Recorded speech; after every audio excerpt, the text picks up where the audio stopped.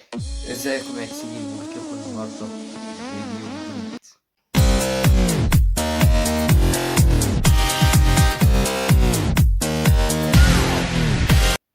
فيديو النهارده بكل اختصار هيكون عبارة عن انا هقيم مستويات اليوتيوبر المصريين والوطن العربي عامة يعني. هنبدأ الفيديو على طول كده بسرعة، ومش هقول اسف على السحبة اسف على السحبة، هو انا ابو هيكل عشان اقول اسف؟ ما هشيلها في المونتاج، هنبدأ اول يوتيوبر معانا وهو مروان ريحان. مروان ريحانة هو يوتيوبر بيقدم محتوى جيمر، وهو جيمنج يعني، وحلو يعني. بصراحة من الشخصيات المحترمة واللي أنا بحبها وطيب أوي وغلبان. وأكتر حاجة بحبها في مروان ريحانة اللي هو عارف يعدل بين عقلية الكبير والصغير. يعني هو عارف يعمل ميكس بين الاتنين، يعني يطلع من عقلية الصغير ده يعرف يعمل محتوى يشوف الكبير والصغير في نفس الوقت. فهدي لمروان ريحانة 8.5 من 10 عشان ما يزعلش. بس تاني يوتيوبر معانا هو أبو هيكل.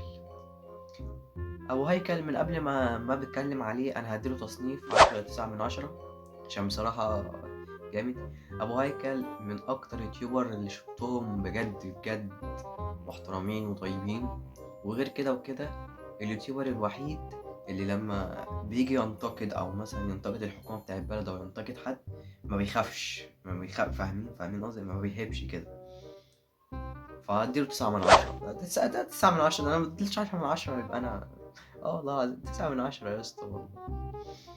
ايه ده؟ بس شعري والله شعري كبير يا جدعان. القهوة وقعت يا زلوطة الدنيا، القهوة لما جت وقعت مسحتها. يعني حرفيا انتوا شفتوا الثانيتين اللي عدوا دول، هم حرفيا وقفت الفيديو بتاع ساعتين عشان بس امسحها. هو حمدي وفاء اللي معرفش حمدي وفاء بيقدموا محتوى عائلي وقناة عائلية وكل حاجة فيهم عائلية. فأنا اللي عاجبني في حمدي وفاء اللي هو محترمين كده، مش زي ناس أعرفها. لا، ناس محترمة مش زي بني آدمين كده. أنا بس مش هجيب اسمه، ولا أقول لك هجيب اسمه بس مش دلوقتي، في آخر الفيديو. فحمدي وفاء من الناس فعلا طيبة وبيعملوا محتوى كده يعني عائلي كده، حاجات عائلية كده يا أخويا، حاجات من دي. فبصراحة أديهم 8 من 10. هما حلو أوي عليهم 8 من 10، مش هزود. رابع يوتيوبر معانا هو أبو فلة محتوى جيمنج برضو، وبيعمل تحديات والكلام ده، وبيحاول اللي هو يجيب مستر بيست أو يعدي مستر بيست. فهو بصراحة محتوى جميل جميل جميل جميل جميل جميل. I love you أبو فلة. صراحة أبو فلة من الشخصيات الطيبة جدا، محترمة جدا. كل حرفيا كل حاجة فيه جامدة. هو كشخصيا جامد. هديله 9.5 من 10. خامس يوتيوبر معانا، احنا كده 5 صح؟ هتظهر لكم في المونتاج هو كام يوتيوب.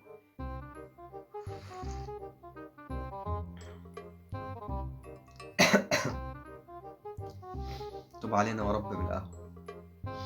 خامس يوتيوبر معانا هو همام مصر اللي هو بيقدم محتوى مقالب والكلام ده. فهو يعني محترم وكده، هو محتوى مقالب فهو محتوى حلو.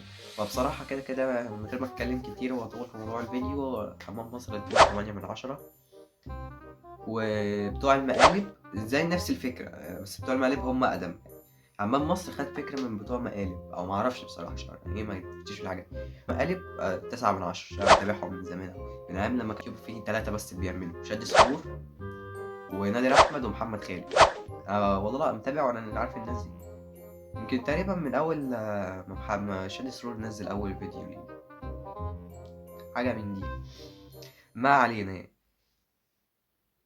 ف في 3 يوتيوبر انا هقول اساميهم مره واحده واقيمهم بنفس التقييمات: شاد سرور ونادر احمد وقناه تحدي الانتقام. اديهم كلهم نفس التقييم، 9 من 10. يعني بصراحه الناس دي كانت في البدايات يعني، عارف انت لما يكون واحد جامد في بداياته كده بس الوقت تحسه بقى مخسع شويه. سمع علينا، انا بعشق نادر احمد، يعني شخصيه كوميديه ومحترمه. فانا بحب نادر احمد. هما 9/10. اليوتيوبر الجاي معانا التوينز دول اكتر 2 محترمين شفتهم في حياتي حرفيا. 2 يعني احترام، محتوى، يعني طريقة في الكلام، مفيش لفظ خارج. يعني بصراحة توينز 10/10. 10/10. التوينز اليوتيوبر اللي معانا هو جو اكس ده واد جامد كده، يعني بقاله شهرين في اليوتيوب. عمل اول حاجة كان عمل سكتشات. اول سكتش اللي كان حال كل واحد فينا لما يروح الدرس متأخر، وبدأ سكتشاته كان جامد وبقى انتقاد دلوقتي. فبصراحة الواد ده يعني انا مش هفتي عشان الواد ده جامد، يعني مش بصوا مش هعلي بيه الريتم على الاخر. يعني هو بصراحة 4 مليار من 10 بجد. ده اقل حاجة والله انا كده مش مجامل. 4 مليار من 10. جامد اوي الواد ده. اليوتيوبر الجاي ومعانا ده هي بنت اسمها إسراء نبيل بتقدم محتوى للناس اللي ما تعرفهاش. إسراء نبيل بتقدم محتوى اللي هو ايه، اللي هو للأطفال سيكا وللكبار. بص المحتوى بتاعها اللي هو ايه، حاجة زي خيال علمي. شفت أفلام الكرتون بتاعت زمان اللي هي فيها سيكة خيال علمي دي، بس الأطفال بتحبها وتشدها ليها؟ هي دي بتقدم نفس المحتوى ده بس بطريقة مختلفة. هي بتقدموش على اليوتيوب، هي بتقدمه على التيك توك، بس بتجمعهم في فيديو واحد وتحطه على اليوتيوب تاني. صراحة يعني هو محتواها حلو وكل حاجة، بس أنا عندي ليها تعليق واحد بس. يعني إيه حكاية توأم روحك دي؟ 600 فيديو على توأم روحك. ده السؤال اللي نفسي أسأله لها بصراحة. إيه حكاية توأم روحك؟ تصدقوا يا جدعان ممكن أكتب على الفيديو ده ارتبطت أنا وإسراء نبيل.